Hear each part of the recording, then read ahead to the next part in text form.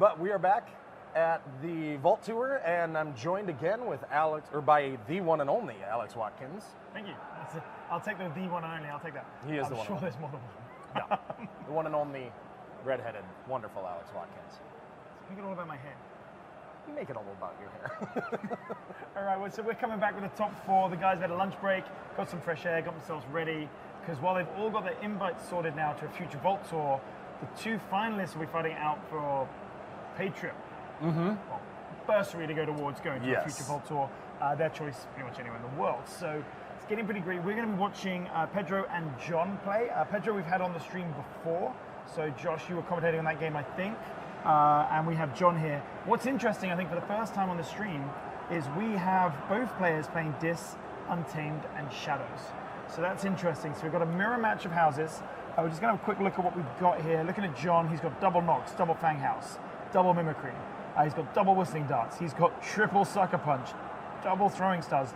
We're seeing consistency all across this list. What's Pedro rocking? So Pedro has a single Fang House. He does have a full moon. We discussed this a little bit with his list. The full moon doesn't seem quite as powerful as it could be, but he does have a couple Grove Keepers, a Marmo Swarm. I mean, he does have some things that he can use and work fairly well together. All right. Okay, looks like they're both choosing to mulligan. Starting hand, all important here. A lot up for grabs. Yep, and going back into Pedro's list, his Dis suite is one that we talked about a little bit already. It's very interesting because he does have that Legacy Control the Weak and that Maverick Hexpion, allowing him to work some pretty interesting shenanigans with Hexpion being in the Dis house. Very cool. Both of them, I think, running Exhume, which is what you'd expect to see. The most common cards we're seeing in this. John is running a Tolas, which could be very interesting if that comes down. He's got a 3 Fates, which is good. He's also got a Life Ward. He has the Yerk and Exhume combination, which I've mentioned so many times on stream. But let's get underway. We're starting with John dropping the Fuzzy Gruin. Yours are my favorite. 2 for yourself, 1 for your opponent, and he's cute and cuddly and vicious. Exactly.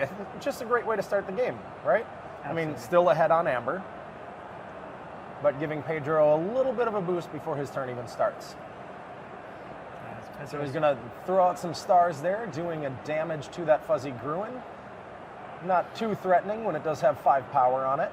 So that perplexing, excuse me, I can't get my words out right now. Perplexing Sophistry, not much good for him here because he would gain an Amber and they'd both be on 2 and he'd get nothing from it. So it looks like he's gone for a steal first. Now he can come in and get a bit more value out of that. And yep, he's got his Ronnie wrist clocks on the field right now. And here we go. So now he does have more because he's already stolen 1. It's the same amount of Amber in play as it would have been, except it's 3-1 instead of 2-2. Yep. So he gets a discard effect rather than nothing. That was good sequencing there from Pedro. So let's see what he gets to take from John. Sucker Punch. That's a good card to get rid of, one that can be used multiple times, especially when Pedro only has a 2-power creature out there. And John's probably sitting there going, I don't mind, I got 2 more. Oh, okay. Did forget that there were 3 of them in the deck. Okay. So look at John's hand here. Now that Pedro's turn is wrapping up, we'll see what John has access to. So he's got a World Tree. Getting that down fairly early is a good thing. Oh, so this is Pedro's hand, sorry. Yeah, this is Pedro's side, and that is one of the 3 Gubs that he does have in his deck. 3 Gubs. Yep.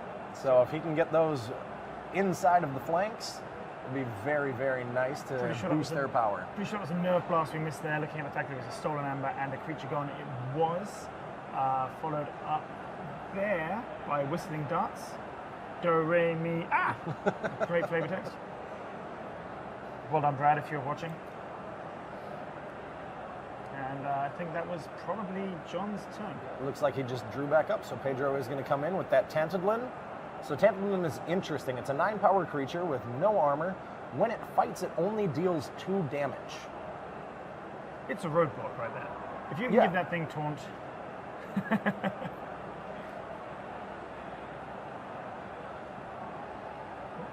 I missed what that one was there. Was that the Life Web or Fogbank he played there? This is, Pedro's. Not sure he played before. So, Fogbank was the follow-up card. Not quite sure what it was as well. It was not the life web. I think that's a Marmo Swarm down there. Yep, Marmo Swarm has hit the field. So Marmo Swarm gains additional power based on the amber that you have on the field. Absolutely. So it's got an additional, is it opponent's amber or its own? Each amber in your pool, so that Marmo Swarm is suddenly 7 power at the moment. So that's pretty good. A 9 power and 7 power creature. I mean, up against the Fuzzy Gruin, which is too cute to attack, in my opinion. Note to self, I'll make sure there's a Fuzzy Gruin in the deck next time I play. Looking at John's hand here. The perplexing sophistry. Sophistry. I really struggle with that word, sophistry. It's, yeah, I haven't said it yet for a reason. My tongue doesn't like it. And that's Pedro's hand there, who's also got one. That's interesting. And it looks like John is fairly split. He has 4 Untamed and 2 Shadows cards in hand. Has he just reaped there with the Gruin, or is the Gruin exhausted prior to the turn? He did play Untamed, so that is possible. So he just fog banked. So he mimicked. No, this wasn't fog bank. He's mimicry the ability. Or mimicry, yeah. The persistent hunting, I think, is what he's mimicry his opponent's persistent hunting. That's what it was. So yep, the Gruin was exhausted at the beginning of the turn. Yeah. So now we've got a Nox coming in, followed by another Nox. So one of those Nox is currently at 9 power, being that it has 2 neighbors, and the other one is at 6 power, being that the other Nox is its neighbor. And yep, we see John putting the power counters on the card itself. We do want to note that this is not a permanent power increase. This is just while it has neighbors. So those have been removed, but we do know that they're at 9 and 6 power. Yeah, part of this game is the memory aspect of that. Power counters are different to granting power due to neighbors. That's part of the challenge, is you've got to keep track of that. That's a skill within the game, really. Absolutely, and things like Pedro's double Grove Keeper that he has, those will give the power permanently. So that is the time to use those power tokens. Yeah. So we're seeing the consistency of John's deck, able to put multiples down. And here we go. This is going to be another discard effect. So it goes up to 6. We're just going to call it perplexing, so I don't keep embarrassing myself. The sophistry. And John will discard yet another card. So both of those coming out for Pedro. So that was a banish that he was able to discard from John's hand. It's a pretty good hit. Good hit. That was his turn. So he's going to draw back up to 6. He's going to be able to ready his Untamed creatures that were exhausted on a non-Untamed turn, and Pedro is going to be in check. Yeah, so put himself on 6. I feel a lot more in this set where the set 6 is a nice number to be at, as opposed to being at 7. Yeah. There's a lot of things that trigger at 7 from the first set and second set that can mess with what you're doing. And while these guys have played a lot of games now and seen a lot of cards, it is still a new set, and they're still going to be more careful about how they commit to going above that number. I think. At least that's how I feel when I'm playing this game. Absolutely, and I mean this early in the game as well, you've got time to make sure that you can get that big boost if you do need it later in the game. So John here going to go for just Amber Gain. He's reaped all his creatures. And is that a second copy of Mimicry? I imagine it'll be the Persistent Hunting again, or is he going to go for Perplexing to do it? He's stealing his opponent's Perplexing Sophistry to get a discard effect on his opponent. And there goes a board wipe. I'm pretty happy to see that gone. Yeah, we saw Pedro in his last game use that when he was actually up on creatures. He had more creatures than his opponent, but still decided to wipe the entire board. And we cut the Pedro's hand, and he's got the other one in his hand anyway. Yes, he does. So he'll still have that opportunity if and when he decides to use it. So that was a check. So that'll be I'm not sure why a key hasn't been forged here, unless I've missed something. I imagine Pedro, did anything increase the cost of keys? No, they are having him forge the key currently. So John letting him forge now the key. He's saying that he's calling this. Here comes one of the gubs. That is... so that's on Pedro? That is one of Pedro's Pain cards. reaction? Pain reaction. So yeah, we're just checking what pain reaction does, but then he did end up... to an enemy creature. If this damage destroys that creature, deal 2 damage to each of its neighbors, so that was pretty smooth. So that did not get the secondary effect, but He did then use his other unlocked gateway to completely wipe the board. So got the amber for that. And so just an update on our other game. It's 1 key each in the other semi-final going on the table next to it. So it's a pretty even game over there. So here comes Jörg. He's going to be discarding Whistling Darts. That seems good. Yep, got his Dust Imp on the field as well. And a Lash as well. So we've got the Lash. This could be a long game. It very well could. And looks like possibly just discarding another discard away there. And it's pretty much emptied his hand. He's going to get a load more cards. Now Pedro is deciding between his Shadows and Untamed Suites. So you mentioned he talked about his Full Moon not having a massive amount of impacts because he hasn't got a huge number of untamed creatures, but it still has a small impact and it gathers something. And we might see it here depending on which house goes on. Oh, he's going to go for the Shadows, go for Whistling Darts. So. Yeah, you're absolutely right. I mean, when 2 or 3 Ember can swing a game, it is very important, but he's just got to make sure he does have all of those cards in hand to be able to utilize it as best he can. And there's Gamgee, which could be a really useful card here. Even if it reaps, if your opponent has more amber than you, steal one. That is after the reap effect, so you gain your amber, then you check it. That's a card that I actually haven't really seen much this weekend. And Knuckles Bolton. Those who haven't been more distinct, one of those great 3-power creatures in the set. And one that I've seen a lot this weekend. These does seem to turn up in multiples. That's Absolutely. for sure. So it's back over to John here. 2 amber plays 2 amber, 1 key and 1 key. It's about as level as it can be right now. Both with 2 creatures on board. They're both chugging along at a pretty even pace. Both with a Lash down. And he has gone with Shadows this turn. And I don't remember which creature that is. I'm not able to read the name right now. That is Brent the Fanatic. So using his play effect to give his opponent 1 amber, Exactly. and then when he is destroyed, he steals 3 from his opponent. But he does have Skirmish, so it's hard for John to take out his own creature. That was a good use of the Dust Imp there, running it in to just let it die and get some damage in. I like that. Is that what happened there, or I missed something? Or was he always sacrificing it to the Life for a Life? Oh, that's really nice. Is he Life for Life his own creature here? Yep, which is the perfect way to get around that Skirmish ability. So he has sacrificed his Dust Imp to gain 2 amber, to destroy his creature to steal 3 amber, and just left his opponent's board stand alone. I really like that play. Yeah, and now he's sitting on, well, I couldn't see it, 8 or 9 amber. Well, if it's 9, to Pedro's 0. If he's on 9, that puts him out of Lash range, which would be really big. And I think it is. It 2, 4, is 6, at 8, 9. 9. It keeps him out of Lash range. His opponent will Lash him just to be sure. I imagine if you can make your opponent pay more for a key, I think you do it. Well, and with Exhume, let's see what he plays and how he's able to manipulate that amber. Ronnie, wrist rockets, he's going to steal a couple. Wrist clocks, not Wrist rockets. No, wrist rockets. I still like that name. Those who tuned in yesterday will know what I meant. Okay, that was a pretty good turn. Lashed him, kept him off check. Yep, brought him back down to 7 amber. So John will still be at check at the end of his turn. Let's see if Pedro has any other options to remove any more of those amber. Pedro with another one of his gubs in hand. I think this is a discard pile. Yep. He's looking for. That'd be one hell of a hand if it was his hand. So John just checking to see what options he has to work with in his discard pile before deciding what house that he plays for the turn.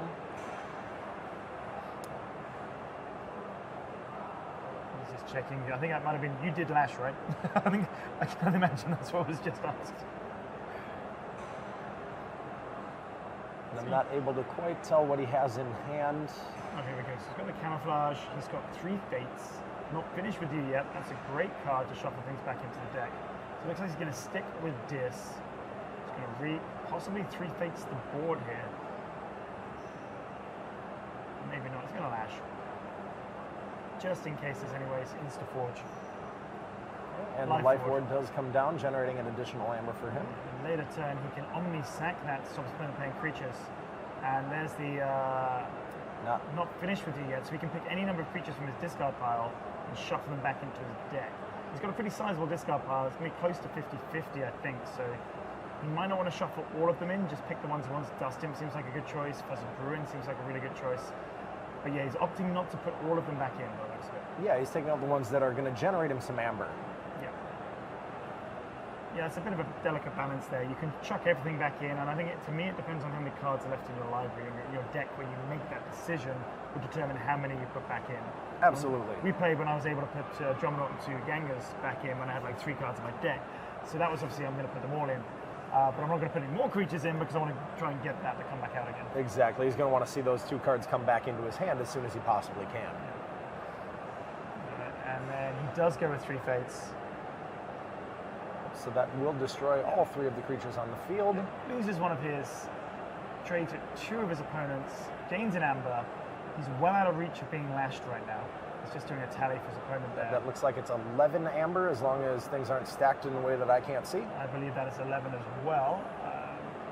Good work for anyone to get rid of that many and keep them off check, although we played a game where you maybe pay 13 for a key, so it can be done. It can be done. So he did choose this again. He lashed. Yep. I think that's a good call. Force your opponent to spend 9, then they're not on check again, or not 1 Amber away from being on check again. So instead of being sat there with 5, I think he's going to end up with 2. Is that correct? Yes, so he's ended up with 2 there. It's a much better play. Make sure he's not 1 Amber away from his 3rd key. Even if he had some good cards in hand, I think that's sensible. Exactly. He just played the single card from hand, but forcing your opponent to use more Amber than they normally would have was definitely the right choice. Well, it looks to me like Pedro's going to have to get that full moon out and roll it here because he's got to catch up and he's going to have to get some Amber out to do that. He has extra untamed creatures here. I'm not sure those 2 Shadows cards are going to get him what he needs. And we'll see. I believe the turn has passed over to John. He hasn't quite decided what he's going to do yet, but he does only need 4 Amber. Was it John's turn? Sorry, correction. So he does only need 4 Amber to get within check of that 3rd key. Pedro is definitely playing catch-up right now, like Alex had said. John really should be cracking that life ward right now. It's easy to forget when it's down there, but that's going to stop your opponent playing any creatures. He's playing against Untamed. You know there's going to be good creatures. That life ward is huge right now because there is a full moon and creatures in Pedro's hand. So there's a camouflage on a Fuzzy Gruin. But we do also need to remember that he doesn't know what Pedro has in his deck. That is true. So he did go for the play where he's just playing or gaining as much Amber as he can. That was 3 Amber gained from the Fuzzy Gruin. And there you go. He does crack the life ward, so Pedro cannot play creatures this turn. There we go. That's big. It's almost if John had got on to 6 Amber there, that was probably game. But Lethal Shadows, is that? Some Lethal Distraction is what that one is. That is his only rare card in his Shadows suite. So Lethal Distraction is choose a creature for the remainder of the turn. Whenever this creature takes damage, it takes an additional 2. So I'd assume that's the Fuzzy Gruin. He's targeted with that. Yep. And then he did just use his hidden stash to archive one of his own cards. So he puts himself on check. I guess hoping that 6 will be enough. There is a lash on the other side. Yep, there is the lash, so we'll see what house John decides to play this turn, see if he goes for more Amber generation or goes to hinder Pedro. Oh, well, he's got a hand full of Dis, which means he can lash and generate Board State. Nothing there that's going to give him, well, he can put the Dustin down and blow it up to give him the Amber he needs. So yes, he can because just do he that. does have that gateway. Yeah. So I'd be surprised if there's anything other than Dis here, because he can lash, stop his opponent forging, he can put himself on check, put the pressure back on Pedro and basically force him to lash him. If he's got no discards in hand, then it's just a time, it's just a clock at that point. Looks like they're having a discussion, making sure that cards are going to work, hopefully the way that he plans. And he's not going to go Dis. Sucker Punch. He's going to simply just get himself to check, archive his Sucker Punch. He's going to wait on that Dis turn. Okay, so Lemindra comes in. Lemindra has... Oh, Lemindra has now been removed from the field. Destroyed his own Lemindra, was that? Yes, it's his... Was it Nerve Blast he played? I can't see the discard part. It's the Throwing Stars, it looks like. Or Whistling Darts, one of those. So he lets his opponent forge his second key. An update in the other semi-final, it is currently 2 keys to 1. I didn't quite see who is 2 to 1, but we've got an even match going on the other table as well. Ooh, Binding Irons. Some chains. don't know if that's going to be too little too late for Pedro. 2 keys apiece. Depends on check. Oh, he's lashed him, so he's not going to forge a key. And now this time, he's going to get himself over 9 and gateway. And looking at Pedro's hands, I don't see any discards in his hand. That could be it. Yeah. I mean, he's got his 2 Grove Keepers that he has not been able to play the last few turns because he's needed to really focus on getting that lash and keeping John from forging his next key, his final key. As powerful as lash is, unless you're drawing discards, you're also hindering yourself because you're not getting other cards out of your hand. And maybe that was what John was thinking. I'm going to keep stacking up my discards so when it comes to it, I can go crazy. Yep, and he is sitting at 4 right now. Again, we did see that gateway, so he'll be able to throw that Dust Imp in if he chooses to. Looks like he's just going to keep rolling on without pulling discs. Well, he's going with Soldiers to Flowers, so he gets to purge each untamed creature from each player's discard pile, and then for each card purged this way, it only gets an amber. So this hits both discard piles. They're both playing untamed. So this could be a lot of amber. He didn't spot this in his hand. They're now going to look through both discard piles and pull out all the untamed creatures. Yeah, did he look through Pedro's discard pile before making this choice? I think he had enough in his own. I think he just went, oh, I know there's some in there. He gets 2 out of Pedro's, 2 out of his own, 4 amber from that card. There's 2 all in the other game as well now. It does say each card purges way, so they are purged, not archived, just to be clear. It looks like they may have been put in archives. I'm not sure what that is. Maybe they've decided that's where the purge zone is. Maybe we can have someone come and check with the table just to be sure. So, yep, did only draw up to 5 cards, did shed that chain, and now it's moving on to Pedro's turn. Big check. So Pedro is going to full moon. Here we go. I don't remember a card. Does he have a key charge in his deck? That can, yeah, I don't remember a card that is going to be able to stop John from his untamed suite of cards. He does not have a key charge unless I'm missing something here. So that's 2 additional amber, 3 additional amber from that full moon, and 2 Grove Keepers that will be passing off power. Niffle Grounds. So, yep, dropping and gaining 1 more amber. And I'm wondering if this was more of a, I nearly had your moment, I can't do anything about it. And John takes a game, and he's got to look at all of these. He's got everything he needs in hand to keep going more turns. That was pretty good. So Pedro doesn't quite make it, and John gets him. I think a couple more turns, maybe Pedro could have got back into it, but John just started. Look at that pile of amber on his identity card right there. That's sitting at 11 amber. There was very little chance for for Pedro to get rid of that many amber all in one turn. And that Soldiers to Flowers, I had not realized before that it's both discard piles. That's big. I'm going to pay a little bit more attention to that card and be wary of it, that it's going to hit your own discard pile as well.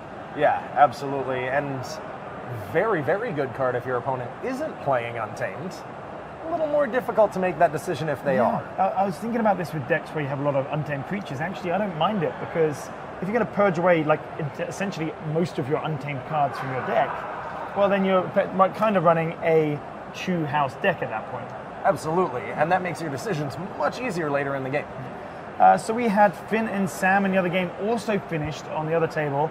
Finn got that 3 keys to 2, so 2 close games there by the looks of it. So it will be John against Finn in the final. We'll probably be bringing John in a minute to chat to him about that game. That's quite exciting. If we can, maybe grab Sam, maybe grab Finn, but if not, we'll give these guys a little bit of a breather and we'll come back for the final. So we're going to cut away. We're going to bring in John, have a chat to him, and then we'll be right back.